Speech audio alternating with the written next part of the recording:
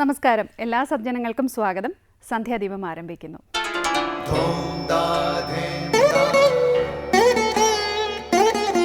ശുഭം ഭവതു കല്യാണമായുസാരോഗ്യവർദ്ധനം സർവദുഃഖ വിനാശായ സന്ധ്യാദീപം നമോസ്തുതേ. നാമം ജപായനം പുണ്യം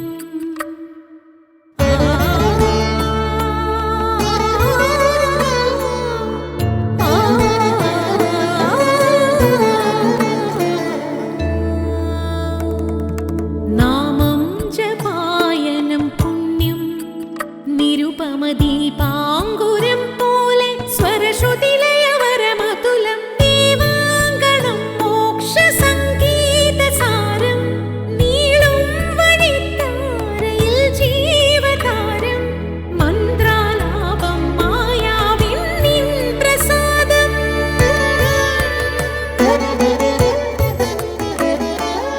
ഇരുൾ നീങ്ങിയുണരുന്ന തെളിനാളദീപം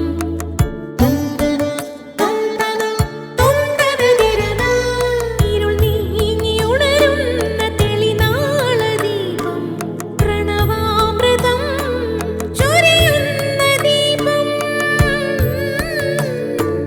ദീപം ദീപം ദീപം ദീപം സന്ധ്യാദീപം.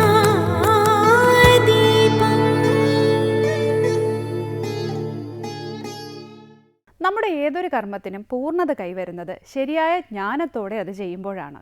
ജ്ഞാനമില്ലാതെ കർമ്മം ചെയ്താൽ പ്രയത്നം വ്യർത്ഥമാകും, അല്ലെങ്കിൽ ഫലം വിപരീതമാകും. മനുഷ്യജീവിതം വേണ്ട പോലെ നയിക്കുവാനും ശരിയായ ജ്ഞാനം ആവശ്യമാണ്. അതിനുള്ള മാർഗമാണ് ആധ്യാത്മികത.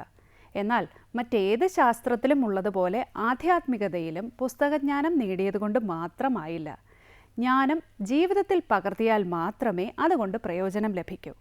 വേദാന്തം പഠിച്ച ചിലർ തങ്ങൾ ജ്ഞാനികളാണെന്ന് അഭിമാനിക്കാറുണ്ട്, അദ്വൈതം പ്രസംഗിക്കാറുണ്ട്. എന്നാൽ അതൊന്നും അവരുടെ പ്രവൃത്തിയിൽ കാണാറില്ല. അവർ പറയുന്നതും അവരുടെ ജീവിതവും തമ്മിൽ യാതൊരു ബന്ധവും ഉണ്ടാകില്ല. അവർക്ക് വേദാന്തം വെറും ഒരു ബുദ്ധിക്കസർത്ത് മാത്രമാണ്. മാത്രവുമല്ല, പലപ്പോഴും സ്വന്തം തെറ്റുകളെ ന്യായീകരിക്കാനും അവർ വേദാന്തത്തെ ഉപയോഗിക്കാറുണ്ട്. തുടർന്ന് ശ്രീ കാവാലം ശ്രീകുമാറിൻ്റെ രാമായണ പാരായണം കേൾക്കാം.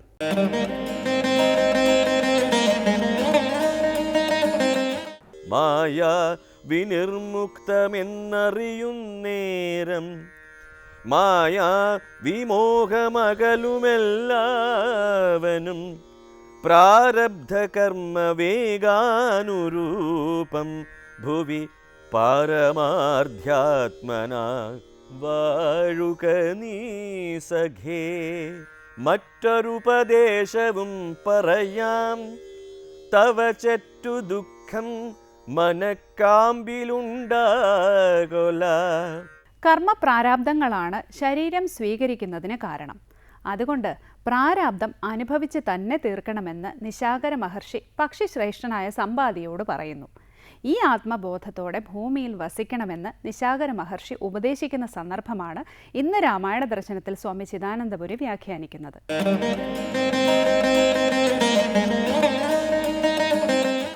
ആത്മയാഥാത്മ്യത്തെ ഉപദേശിച്ച്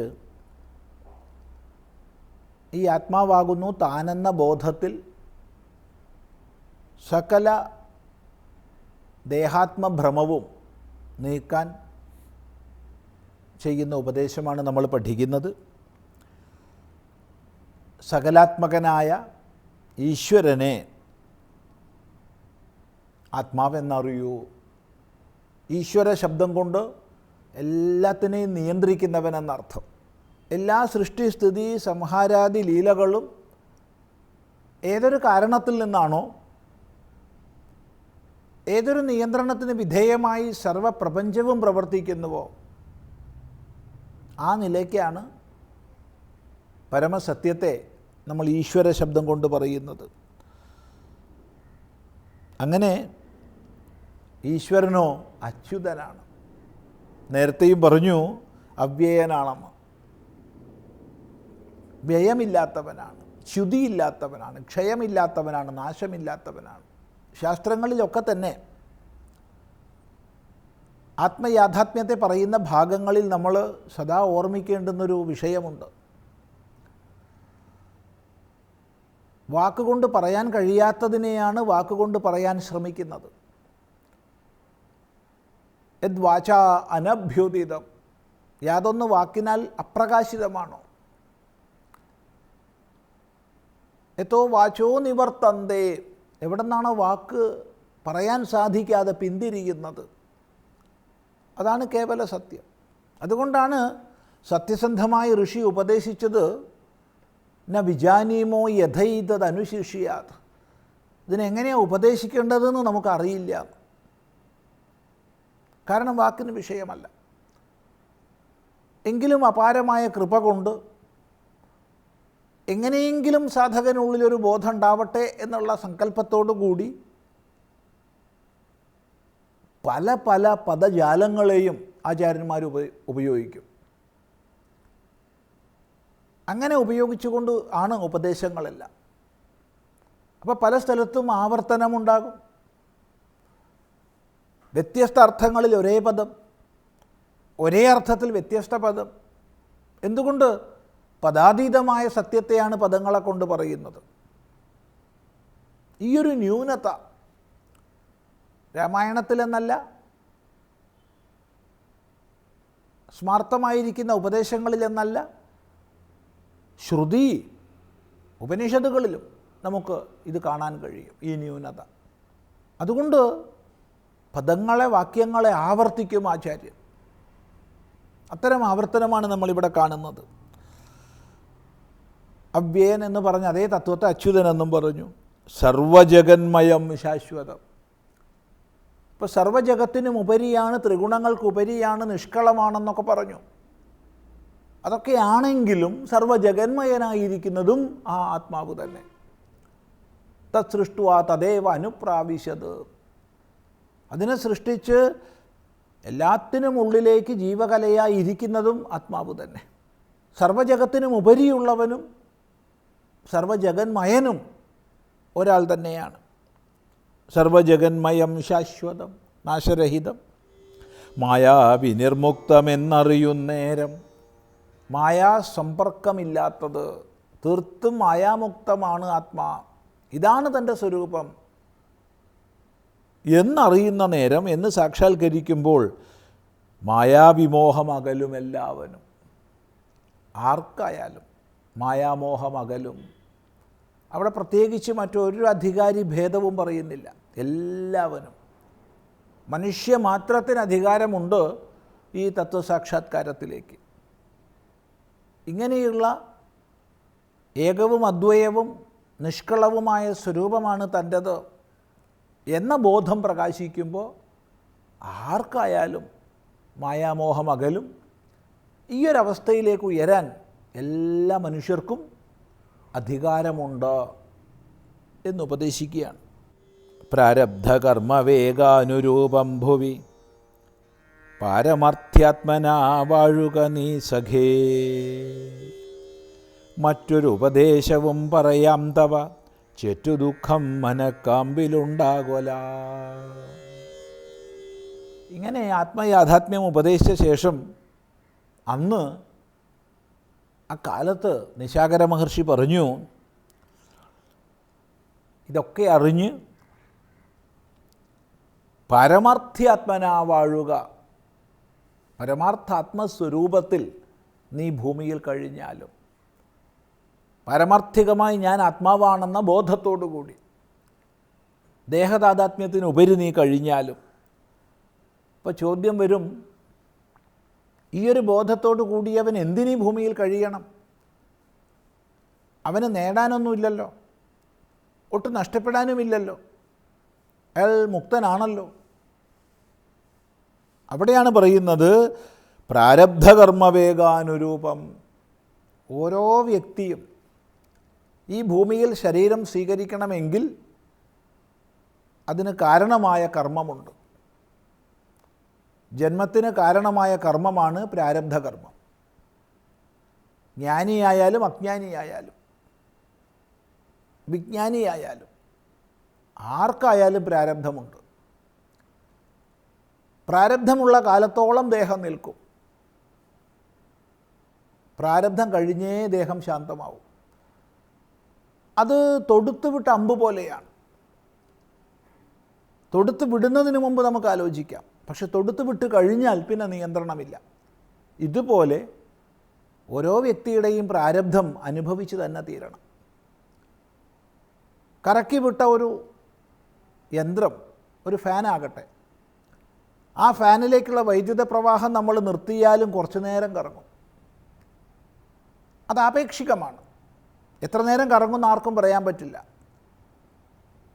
അതിനുള്ളിലുള്ള സ്നേഹത്തിനനുസരിച്ച്, സ്നിഗ്ധതയ്ക്കനുസരിച്ച്, അന്തരീക്ഷത്തിലെ പ്രതിരോധത്തിനനുസരിച്ചൊക്കെ സമയം വ്യത്യസ്തമായിരിക്കും.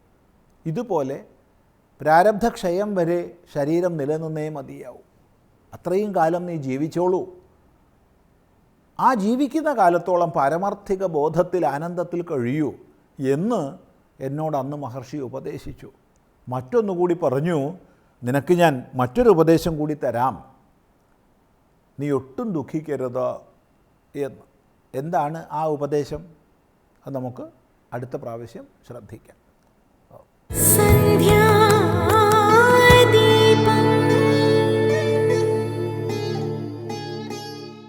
തുടർന്ന് സനാതനധർമ്മം. ഞാൻ ചെയ്യുന്നു, ഞാൻ സംരക്ഷിക്കുന്നു എന്ന മിഥ്യാബോധത്തിലാണ് മനുഷ്യരിൽ ബഹുഭൂരിപക്ഷവും. ഇത് അഹന്തയുടെ പ്രകടഭാവമാണ്. അഹന്ത ഭരിക്കുന്ന മനസ്സുകൊണ്ട് എടുക്കുന്ന തീരുമാനങ്ങളുടെ ഫലമാകട്ടെ ദുഃഖവുമായിരിക്കും. അഹന്തഭാവത്തെ മഹാഭാരതത്തിലെ ഭീഷ്മരിലൂടെ വ്യക്തമാക്കുകയാണ് സ്വാമി ശിവാമൃതാനന്ദപുരി സനാതനധർമ്മത്തിൽ.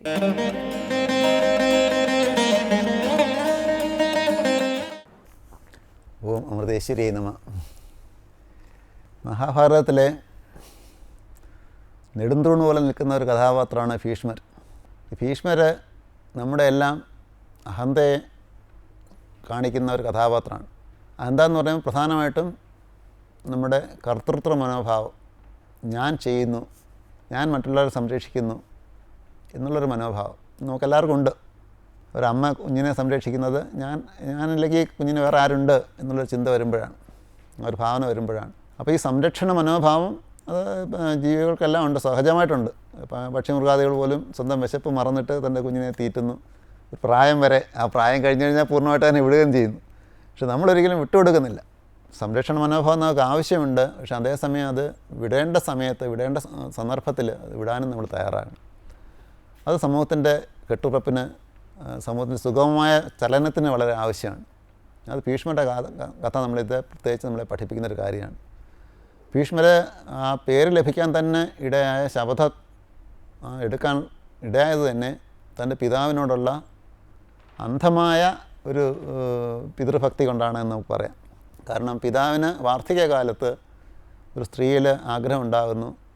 അപ്പോൾ ആ സ്ത്രീ വാസ്തവത്തിൽ ആ സ്ത്രീയല്ല ആവശ്യപ്പെടുന്ന, സ്ത്രീയുടെ പിതാവ് ആവശ്യപ്പെടുന്നത് ആ സ്ത്രീയിലുണ്ടാകാൻ പോകുന്ന കുഞ്ഞിന് ഭരണാധികാരം കൊടുക്കണം എന്നുള്ളതാണ്. അപ്പോൾ അതിനുവേണ്ടി താൻ രാജ്യാവകാശം ത്യജിക്കണം, മാത്രമല്ല തന്നേക്കും കുഞ്ഞുണ്ടാകാൻ പാടില്ല, അപ്പോൾ അതിനുവേണ്ടി തനിക്ക് ബ്രഹ്മചര്യം സ്വീകരിക്കണം. ഈ രണ്ട് കാര്യങ്ങളും ഭീഷ്മർ ദേവവ്രതൻ, പഴയ ദേവവ്രതൻ എന്നാണ് അദ്ദേഹത്തിൻ്റെ ആദ്യത്തെ പേര്. ദേവവ്രതൻ ആ സത്യം ചെയ്യുന്ന ഫലമായിട്ടാണ് ഭീഷ്മർ എന്നുള്ള പേര് അദ്ദേഹത്തിന് ലഭിക്കുന്നത്. ആ ഭീഷ്മർ എന്ന് പറഞ്ഞാൽ ഭീഷണം, ദാരുണം എന്നാണ് ആ വാക്കിൻ്റെ അർത്ഥം. എന്ന് പറഞ്ഞാൽ തന്നെ ദാരുണം എന്ന് പറഞ്ഞാൽ നമുക്കറിയാം, അത് വേദന ഉണ്ടാക്കുന്നതാണ്, ദുഃഖം ഉണ്ടാക്കുന്നതാണ്, പേടിപ്പെടുത്തുന്ന, ഭയം ഉണ്ടാക്കുന്നതാണ്. അത് ലോകത്തിനും തനിക്കും ദുഃഖത്തെയും ഭയത്തെയും ഉണ്ടാക്കുന്നതാണെന്നാണ് ആ വാക്കിൻ്റെ അർത്ഥം. അപ്പോൾ ഭീഷ്മരുടെ ശപഥം എന്ന് പറഞ്ഞാൽ ഒരു നല്ല കാര്യമൊന്നുമല്ല, അത് തെറ്റായൊരു കാര്യമാണ് ചെയ്തത്. പ്രകൃതിയുടെ താളത്തിന് അവിടെ തന്നെ ഒരു അപശ്രുതി, അപഭംഗം സൃഷ്ടിക്കുകയാണ് ചെയ്തത്.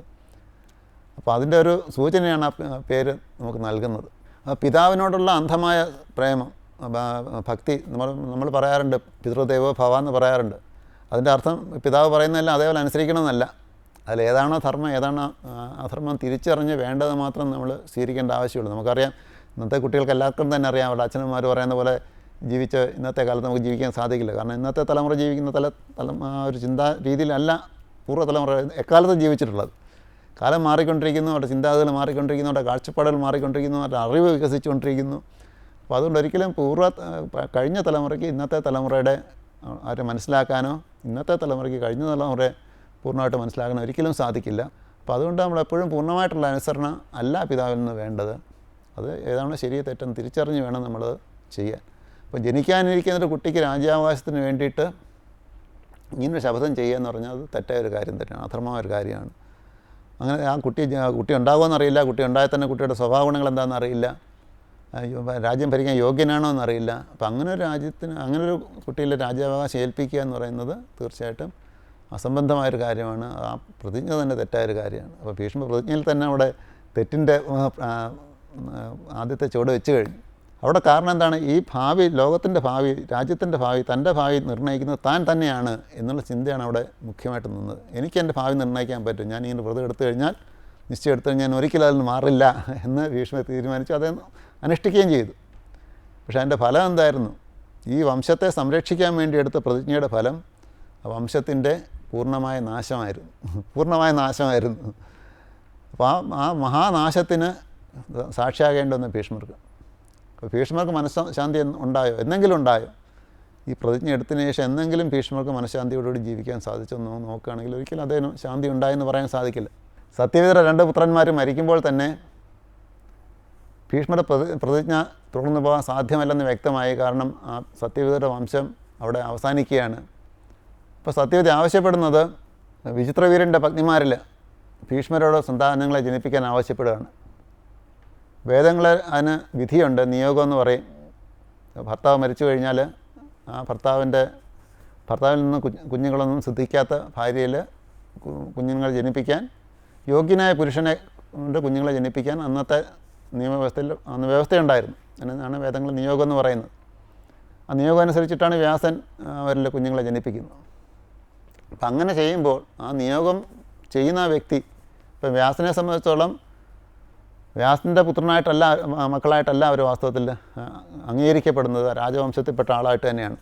അപ്പോൾ അതേപോലെ ഭീഷ്മർ ആ കുട്ടികളെ ജനിപ്പിച്ചിരുന്നെങ്കിൽ അത് ഭീഷ്മരുടെ ബ്രഹ്മചര്യത്തിന് ലംഘനമായി മാറുന്നില്ല, അത് വ്യാസൻ്റെ ബ്രഹ്മചര്യത്തിന് ലംഘനമായി തീർന്നില്ല, അതുപോലെ ഭീഷ്മരുടെ ബ്രഹ്മചര്യത്തിന് ലംഘനമായി മാറുമായിരുന്നില്ല. മാത്രമല്ല വംശപരമ്പര തുടർന്ന് പോവുകയും ഒരു പക്ഷേ യോഗ്യന്മാരായ സന്തതികൾ അവർക്കുണ്ടാകുകയും ചെയ്തേനെ. ഭീഷ്മരാണ് നിയോഗത്തിന് വരുന്നത് എന്നാണ് ശരിക്കും വിചിത്രവീരൻ്റെ ഭാര്യമാർ ധരിച്ചിരുന്നത്. അതുകൊണ്ട് അവർ സന്തോഷത്തോടെ കാത്തിരുന്നു. പക്ഷേ അവർ കണ്ട വിരൂപനായ വ്യാസനെയാണ്. അതുകൊണ്ടാണ് അവരുടെ മനസ്സിൽ സങ്കോചം ഉണ്ടായതും. അതുകൊണ്ടാണ് അന്ധനായ ധൃതരാഷ്ട്രരും വിളർച്ച ബാധിച്ച പാണ്ഡുവും പ്രജനനശേഷിയില്ലാത്ത പാണ്ഡുവും ജനിക്കാനിടയായി തീർന്നു. അപ്പോൾ ആ മനസ്സിൻ്റെ സങ്കോചം ഉണ്ടാകാൻ കാരണം എന്താ? ഭീഷ്മരെ പ്രതീക്ഷിക്കുന്ന സ്ഥാനത്ത് വ്യാസനെ ഒരു വികൃതനായ മുനിയെ കണ്ടതുകൊണ്ടാണ് ആ മനസ്സിന് സങ്കോചം ഉണ്ടായത്. അപ്പോൾ ഇതിനെല്ലാം കാരണം ഭീഷ്മർ തൻ്റെ പ്രതിജ്ഞയിൽ അന്ധമായി മുറുകെ പിടിച്ചു നിന്നു. താൻ ചെയ്യുന്നു, താനാണ് തൻ്റെ ജീവിതത്തിൻ്റെ നായകൻ എന്നുള്ള ചിന്തയാണ്. അപ്പോൾ ഇത് ഒരിക്കലും വസ്തുനിഷ്ഠമായൊരു കാര്യമല്ല. വാസ്തവത്തിൽ പ്രപഞ്ചം നടത്തുന്നത് നിയന്ത്രിക്കുന്നതല്ല ഈശ്വരനാണ് യഥാർത്ഥ കർത്താവ്. നമ്മളതിനൊക്കെ സാക്ഷി മാത്രമേ ആവുന്നുള്ളൂ. അപ്പോൾ ഈശ്വരൻ്റെ നിയമത്തിനനുസരിച്ച് നമ്മൾ നീങ്ങുക, പ്രപഞ്ച താളത്തിനനുസരിച്ച് നമ്മൾ വർത്തമാന യാഥാർത്ഥ്യങ്ങളെ അംഗീകരിച്ചുകൊണ്ട് അതിനെപ്പോഴും സ്വീകരിക്കാൻ തയ്യാറാകുക. നമ്മുടെ ഈ മുറുകെപ്പിടുത്തങ്ങൾ, വാശികൾ, വൈരാഗ്യങ്ങൾ, ഇതൊക്കെ നമ്മൾ ഏത് നിമിഷവും വേണ്ടി വന്നാൽ ഉപേക്ഷിക്കാൻ നമ്മൾ തയ്യാറാകണം. വേണ്ടി വന്നാൽ മാത്രം ഉപേക്ഷിക്കാൻ തയ്യാറാണ്. നമ്മളൊരു വള്ളത്തിൽ കിടക്കുന്ന അക്കരെ ചെല്ലാനാണ്, നദി കടക്കാനാണ്. പക്ഷേ നദി കടന്നു കഴിഞ്ഞാൽ നമ്മൾ വള്ളം ചുമന്നുകൊണ്ട് പോകേണ്ട ആവശ്യമില്ല. അപ്പോൾ നദി കടക്കുന്ന വള്ളത്തിൻ്റെ ആവശ്യമുണ്ട്. അപ്പോൾ പ്രതിജ്ഞകൾക്കൊക്കെ പ്രാധാന്യമുണ്ട്. നദിയുടെ നടുക്ക് വെച്ച് നമുക്ക് വള്ളത്തിൽ നിന്ന് ഇറങ്ങാൻ പറ്റില്ല, വെള്ളത്തിൽ മുങ്ങിപ്പോവും. നദി അക്കരെ എത്തിക്കഴിഞ്ഞാൽ തീർച്ചയായിട്ടും നമ്മൾ ആ വള്ളത്തെ ഉപേക്ഷിക്കുക തന്നെ വേണം.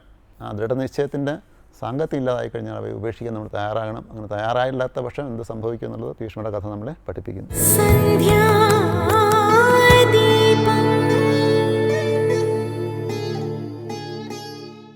അടുത്തതായി ദീപാരാധനയാണ്. ക്ഷേത്രസന്നിധിയിലെത്തി മംഗളാരതി തൊഴുത് ഇന്നത്തേക്ക് മടങ്ങാം. എല്ലാവർക്കും നമസ്കാരം.